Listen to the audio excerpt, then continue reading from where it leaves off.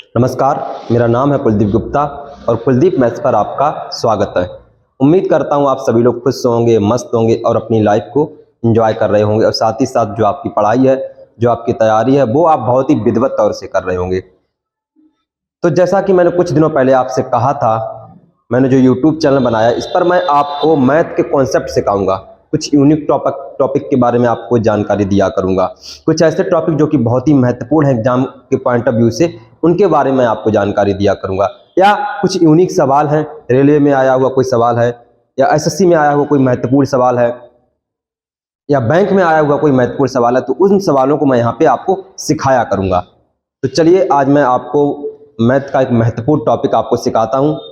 Number system जो आपका chapter है, मैथ का पहला ही चैप्टर है नंबर सिस्टम, उसका एक बहुत ही महत्वपूर्ण टॉपिक है। आप सबने पढ़ा होगा भेड़ और गठरिये वाला, जहां पे सिरों की कुल संख्या दी जाती है और पैरों की कुल संख्या दी जाती है, और आपको एक क्रिएचर की संख्या निकालनी होती है। तो इसमें दो टाइप के क्रिएचर दिए जाएंगे। क्रिएचर का मतलब जानवर, एनिमल। तो दो टाइप के आपको क्रिएचर दिए जाएंगे, एक 4 पैर वाला क्रिएचर होगा और एक आपका 2 पैर वाला क्रिएचर होगा। और आपको कुल सिरों की संख्या दी जाएगी और कुल पैर की संख्या दी जाएगी, और आपसे किसी एक क्रिएचर की संख्या पूछी जाएगी। तो ये आपका टॉपिक है। तो चलिए इस तरह के सवालों को सिखाया जाए कि इस तरह के सवालों को आपको कैसे करना होता है, कैसे लगाना होता है, वो मैं आपको सिखाता हूं। सवाल उठाता हूं और सवाल से ही समझाने की कोशिश करता हूं।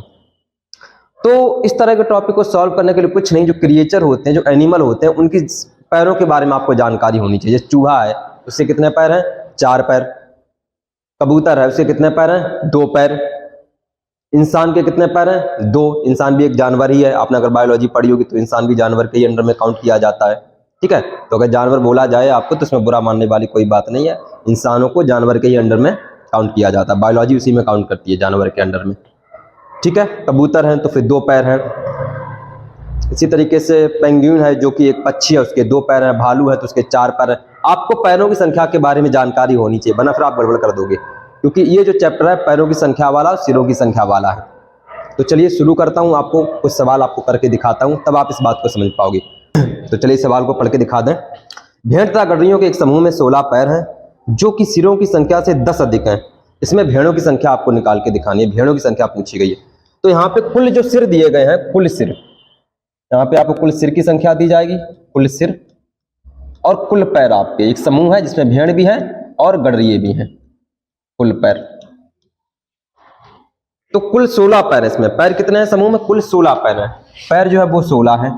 आगे इन्होंने लिखा हुआ है जो सिर की संख्या से 10 अधिक है। अगर पैर सिर की संख्या से 10 अधिक है तो सिर कितने होंगे? 6। सीधी सी बात है। तो इस समूह में जो सिरों की कुल संख्या है वो 6 है और पैर की कुल संख्या कितनी है? 16। और हमको भेड़ों की संख्या निकालनी है। तो क्या तरीका होता है इसको सॉल्व करने का? तो एक ट्रिक होती है, ट्रिक कह लो, मेथड कह लो, तरीका कहना, जो भी कहना हो वो कह लो। तो जैसे आपका जो पूछा जाएगा, पूछे जाने वाले क्रिएचर की संख्या, पूछे जाने वाले जानवर की संख्या, पूछे जाने वाले जानवर की संख्या अगर आपको निकालनी है तो आपको क्या करना है? जो जानवर आपसे पूछा जाएगा उसके अलावा जो दूसरा जानवर होगा, इसमें 2 ही प्रकार के जानवर होंगे, जो दूसरा जानवर होगा उसको क्या करेंगे? जो भी आपको सिर दिए गए हैं तो दूसरे जानवर के वो सिर मान लोगे। जो भी यहाँ पे सिरों की संख्या दी गई है, इन सिरों को दूसरे जानवर के कुल सिर मान लोगी। जो भी दूसरा जानवर है, जैसे यहाँ पे मान लो भालू पूछा गया, उसके साथ में कोई दूसरा जानवर कबूतर है, तो वो कुल सिर आप कबूतर के मान लोगे। बात समझ गए ना मेरी बात? तो जो जानवर आपसे यहाँ पे पूछा जाएगा उसके अलावा जो अन्य दूसरा जानवर बचेगा, तो दिए गए सिरों को वो उसके सिर मान लोगे। ठीक, जैसे मैं यहाँ पे अभी मैं करके दिखाऊंगा इसको, तब आप समझ जाओगे। दिए गए जानवर के सिर, दिए गए जानवर के सिर। ठीक, इसके बाद में ये डिफरेंस का चिन्ह, अंतर, कुल पैर, कुल पैर, और हमेशा क्या रहेगा? हमेशा यहां पर नीचे 2 रहेगा। तो दिए गए जानवर के सिर, अब इसका क्या मतलब है? इस लाइन का जरा मतलब समझ लीजिएगा। दिए गए जानवर के सिर का मतलब है जो भी कुल सिर आपको दिए गए उन सिरों को मान लोगे वो कि ये दूसरे जानवर के सिर हैं। जो पूछा गया जानवर है ना, उसके अलावा जो दूसरा जानवर, उसके सिर मान लोगे। तो मैं इसको करके दिखाता हूं। जैसे कि मान लो यहाँ पे आपको पूछा गया है सवाल में भेड़ों की संख्या पूछी गई और यहाँ पे दो तरह के क्रिएचर हैं, एक भेड़ है, एक गडरिया। गडरिया क्या होता है? गडरिया एक इंसान होता है। तो यहाँ पे भेड़ की संख्या पूछी गई, तो भेड़ की संख्या यहाँ पे कैसे निकलेगी, मैं इसको करके दिखाता हूँ। भेड़ की संख्या निकालनी है, एन लिख दे रहा हूँ, एन का मतलब संख्या निकालना। तो दिए गए जानवर के सिर, अब यहाँ पे दिए गए जानवर के सिर का क्या मतलब है कि कुल सिर कितने दिए गए? 6। तो इन सिरों को हम मान लेंगे जो दूसरा क्रिएचर है। दूसरा क्रिएचर कौन है? गडरिया। तो गडरिये के कितने पैर होते हैं? 2 पैर होते हैं। तो हम मान लेते हैं ये उसके सिर है, किसके? गडरिये के। 6 के 6 सिर किसके हैं? गडरिये के हैं। ये हम गडरिये के सिर मान लेंगे। तो अगर गडरिये के सिर 6 हैं तो पैर कितने हो जाएंगे? एक गडरिये के 2 पैर हैं, तो 6 गडरिये के 2 का गुणा करा दो, इतने पैर। और यहाँ पे कुल पैर जो आपको दिए गए, कुल पैर कितने दिए गए? 16/2। आया समझ में? इसके बाद हम आगे बढ़ते हैं। 6 दूनी 12 और 16/2। तो ये अंतर का चिन्ह है। अंतर में क्या होता है? बड़ी वैल्यू इधर रखी जाती है, छोटी वैल्यू उधर रखी जाती है। लेकिन कोई दिक्कत नहीं, संयोग से वो बड़ी वैल्यू उधर हो गई, छोटी वैल्यू इधर आ गई। ऐसा अगर कभी हो जाए तो परेशान नहीं होना, बस उत्तर आपको पॉजिटिव में ही लिखना है। अंतर के मामले में उत्तर हमेशा पॉजिटिव में ही लिखना है, भले ही आगे पीछे हो जाए तो हो जाने देना, कोई दिक्कत नहीं। चलिए 12 16 में से 12 गया 4, 4/2। 2 का भाग लगा क्या आएगा? 2 आएगा। तो भेड़ की संख्या कितनी आई? 2। तो उस ग्रुप में भेड़ की संख्या आपकी 2 है। समझ गए ना मेरी बात को? तो ऐसे करना है।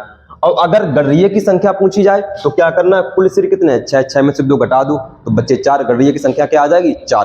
तो यहीं से आप डायरेक्ट गडरिये की संख्या भी आप निकाल सकते हो। ठीक, तो ये एक आपका ट्रिक कह लो, मेथड कह लो, तरीका कह लो, इसको ध्यान रखिएगा, इसको इस्तेमाल करना है और आपका हर सवाल लगता चला जाएगा। बस इस लाइन को थोड़ा ध्यान रखना है। यहाँ पे दिए गए जानवर के सिर, यहाँ पर दिए गए जानवर के सिर का मतलब है कि जो भी आपको सिर दिए गए हैं तो वो उस जानवर के सिर मान लेना है जो नहीं पूछा गया है।